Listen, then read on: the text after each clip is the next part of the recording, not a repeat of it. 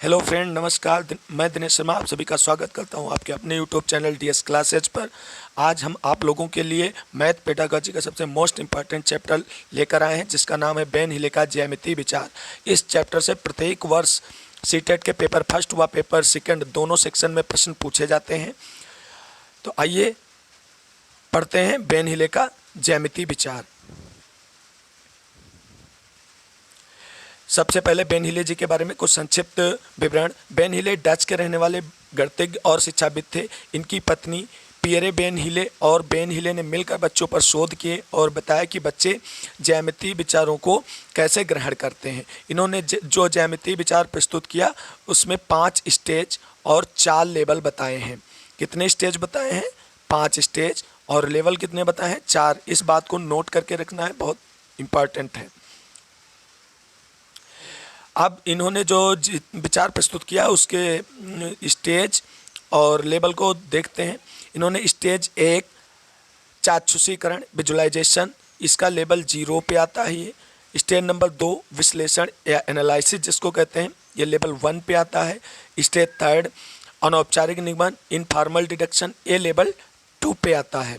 Stage 4 औपचारिक निगमन या formal deduction जिसको कहते हैं, ये लेवल 3 पे आता है। स्टेज 5 दृढ़ता या रीगर जिसको कहते हैं, ये लेवल 4 पे आता है। तो आप सभी को ये बात ध्यान रखनी है और इतना जो है ये बहुत ही महत्वपूर्ण है। इसको आप सभी लोग नोट डाउन करके रख सकते हैं या स्क्रीनशॉट लेकर के भी सेव कर सकते हैं। आइए अब विस्तृत रूप से इन सभी स्टेज का पढ़ते हैं। स्टेज 1 चाक्षुषीकरण या विजुअलाइजेशन। इस स्तर पर बालक विभिन्न आकृतियों को देखता है और उन आकृतियों को वर्णित और वर्गीकृत करता है। इस स्तर को मानसिक चित्रण भी कहते हैं। इस स्तर पर जब बालक होता है तो आकृतियों को देखकर उनका नाम बता देता है। यह इसकी खास बात होती है। जैसे उसने इस त्रिभुज को देखा तो वो बता देगा कि यह त्रिभुज है, और इस वृत्त को देखा तो वो ये बता देगा कि ये वृत्त है। इस वर्ग को देखा तो ये बता देगा ये वर्ग है। अब इस यहाँ से प्रश्न कैसे आता है? यहाँ से प्रश्न आता है कि एक बालक विभिन्न आकृतियों को देखकर उनके नाम बता सकता है और उनका वर्गीकरण कर सकता है। तो ये बेन हिले के ज्यामितीय विचार के अनुसार किस स्टेज में आता है? तो यहाँ पे आपको इस प्रकार से प्रश्न पूछा जाएगा। तो आपको स्टेज सभी 4 ऑप्शन दिए रहेंगे, उसमें सभी स्टेज के नाम होंगे। तो जो राइट होगा उसे आपको क्लिक करके सही कर देना होगा।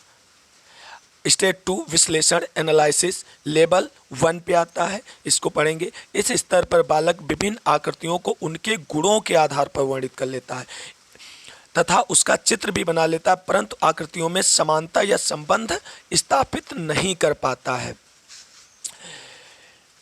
अब एक बात ध्यान देने योग्य है कि यहाँ पर भी वर्णित कर लेता है और पीछे वाले लेवल में भी वर्णित कर लेता था, लेकिन अंतर इतना है कि वहाँ पे आकृतियों को देखकर सिर्फ आकृतियों के नाम बता पाता था और यहाँ गुणों के आधार पर उनका वर्गीकरण कर लेता है, लेकिन 2 आकृतियों में संबंध नहीं बता पाता है। जैसे उसने देखा तो कहा ये एक त्रिभुज है जिसकी तीनों भुजाएं समान हैं, इसलिए यह समबाहु त्रिभुज है। और ये त्रिभुज इसका एक कोण 90 अंश है, इसलिए ये समकोण त्रिभुज है। इस प्रकार जिसकी कोई भुजाएं न समान हो वो विषमबाहु त्रिभुज है, ये बता पाता है। फिर आगे हमने 2 आकृतियां और इसमें ऐड कर रखी हैं कि ऐसे एक वर्ग बना है, ये वर्ग है, इसकी चारों भुजाएं समान है। बालक ये बता पाएगा ये वर्ग है, इसकी चारों भुजाएं समान है, प्रत्येक कोण 90 अंश का है, ये वर्ग है। और ये बता देगा कि इसकी समांतर भुजाएं समान है, इसलिए ये समचतुर्भुज है। लेकिन यदि उससे कहा जाए कि इस वर्ग और इस समचतुर्भुज में क्या संबंध या समानता है, तो वो ये स्पष्ट नहीं कर पाता, ये नहीं बता पाता है। अगला स्टेज 3 देखते हैं, अनौपचारिक निगमन। इस स्तर पर बच्चे विभिन्न आकृतियों को अर्थपूर्ण तरीके से यानी बोलकर परिभाषित कर लेते हैं, लेकिन सिद्ध नहीं कर पाते हैं। इस स्तर पर बालक दो आकृतियों में समानता या संबंध बता लेता है। उच्च प्राथमिक कक्षा में बालक जिस ज्यामितीय अवधारणा को सीखता या समझता है वह अनौपचारिक निगमन के अंतर्गत आता है। यदि आपसे पूछा जाए कि उच्च प्राथमिक कक्षा में कोई बालक उच्च प्राथमिक कक्षा में पढ़ता है तो वो बेन हिले के ज्यामितीय विचार के अनुसार किस स्टेज पे आएगा, तो आपको बताना होगा स्टेज 3 और लेवल 2 अनौपचारिक निगमन के अंतर्गत वो बालक आएगा। अब इसमें क्या है, वो ये बता देगा कि वर्ग की चारों भुजाएं समान होती हैं, वर्ग का प्रत्येक कोण 90 अंश का होता है, इस प्रकार से वर्ग के दोनों विकर्ण समान होते हैं, वर्ग के दोनों विकर्ण एक दूसरे को समकोण पर काटते हैं। इसी प्रकार इस चतुर्भुज में भी बता देगा कि इसकी चारों भुजाएं समान होती हैं, प्रत्येक कोण 90 अंश का होता है, इसके दोनों विकर्ण असमान होते हैं, इसकी दो विकर्ण समकोणों पर एक दूसरे को काटते हैं, इस प्रकार से ये समद्विभाजित करते हैं, ये सब बता लेगा। लेकिन आकृतियों, यहाँ पर आकृतियों और में संबंध भी बता लेता है। लेकिन यदि कहा जाए कि ये सिद्ध करिए कि ये वर्ग और चतुर्भुज आपस में क्या समानता रखते हैं, तो ये इस लेवल पर बालक सिद्ध नहीं कर पाता है। अब अगला स्टेज आता है औपचारिक निगमन, फॉर्मल डिडक्शन। इस स्तर पर बालक विभिन्न आकृतियों के गुणों के बारे में तार्किक रूप से सोचकर उसे सिद्ध भी कर सकते हैं।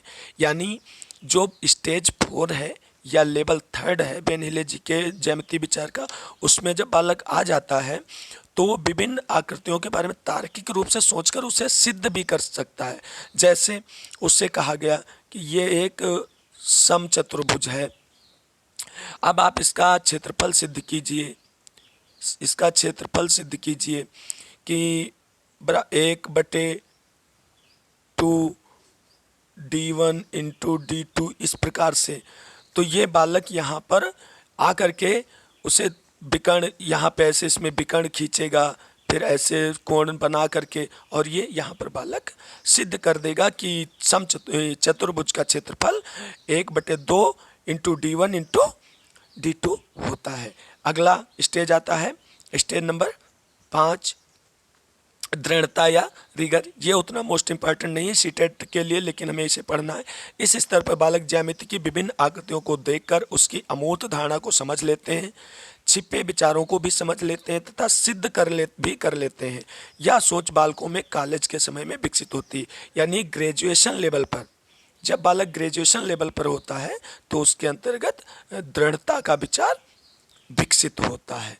तो ये बेन हिले जी का ज्यामितीय विचार था, जो सीटेट के पेपर फर्स्ट व सेकंड दोनों के लिए बहुत ही महत्वपूर्ण है। इसे बार बार पढ़िए, ध्यान से पढ़िए, और इसी से आपके प्रत्येक पेपर फर्स्ट और पेपर सेकंड दोनों में 2-2 नंबर का, 1-1 नंबर का प्रत्येक वर्ष पूछा जाता है। अब आ जाते हैं अगला पॉइंट, इसी में हमने ऐड करके रखा है गणित शिक्षण में त्रुटि विश्लेषण। सबसे पहले आता है डिस्कैलकुलिया, गणित अक्षमता कह सकते हैं, त्रुटि विश्लेषण या गणितीय अक्षमता।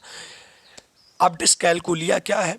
संख्याओं और परिकलन यानी गणना संबंधी समस्याओं को डिस्कैलकुलिया या गणितीय अक्षमता कहते हैं। यदि कोई बालक गणना करने में या संख्याओं को पढ़ने में, जोड़ घटाना गुणा आदि में अगर वो दिक्कत उसे होती है या समस्या महसूस करता है तो वो डिस्कैलकुलिया गणितीय अक्षमता के अंतर्गत आता है। अगला जो है पॉइंट है वो 2 नंबर, डिसलेक्सिया, पठन संबंधी विकार को डिसलेक्सिया कहते हैं। ये भी पेपर में पूछा जाता है, इसमें से 1 नंबर का जरूर आएगा। कहते हैं इसमें अक्षर या अंक उल्टे सीधे नजर आते हैं, इसे पठन अक्षमता भी कहते हैं। कौन सी अक्षमता? पठन अक्षमता। लेकिन आपको ये अंग्रेजी के वर्ड जो है डिस्कैलकुलिया है, डिसलेक्सिया है, ये याद रखना, क्योंकि सीटेट के पेपर में इसी प्रकार से पूछे जाते हैं। अब पठन अक्षमता है क्या? जैसे कोई बालक, ये लिखा हुआ है 6 और ये लिखा हुआ 9, तो कोई बालक 6 को 9 पढ़ रहा है और 9 को 6 पढ़ रहा है, तो ये क्या है? ये पठन अक्षमता के अंतर्गत आएगा।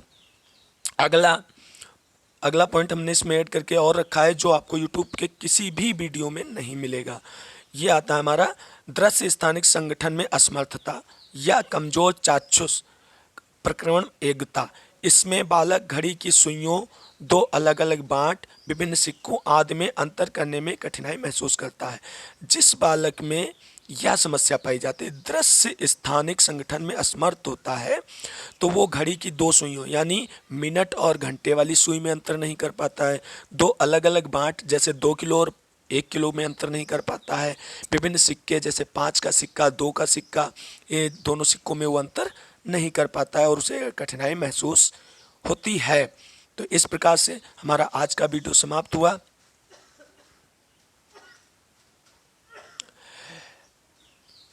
साथियों, वीडियो देखने के लिए बहुत बहुत धन्यवाद। यदि आपको मेरा वीडियो पसंद आया तो लाइक कीजिए, शेयर कीजिए और हमारे यूट्यूब चैनल को सब्सक्राइब